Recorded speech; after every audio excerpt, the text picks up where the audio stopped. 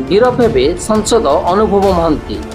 अनुभव विरुद्ध में जारी है एनबीडब्ल्यू।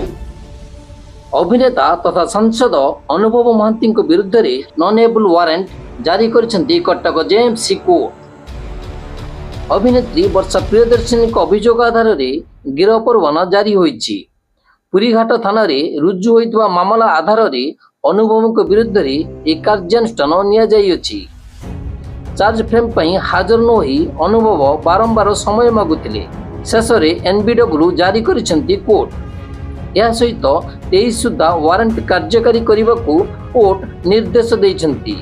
यह पूर्व वर्षा पक्षर दायर निर्यातन मामला को खारज करने को अनुभव करिथवा आवेदन को आग्रह करथिले स्वतंत्र जेएमसी कोर्ट। यह सहित चार्ज फ्रेम पर कोर्ट निर्देश देइथिले। सूचना अनुसार गतकाली अनुभव नाँ चार्ज फ्रेम हेबार थिला। पूर्वर एने समय लोड़ी सांसद अनुभव महांती। गतकाली समय लोड़ी हें तांको आवेदन को खारज करी कोर्ट जामिन विहीन गिरफ परवाना जारी करिसेंती। यह पूर्व मे 10 तारिख में सांसद अनुभव महांती कोर्ट रे हाजर होई नथिले। व्यक्तिगत कारण दर्शाई निज वकील जरिया से समय मागिथिले।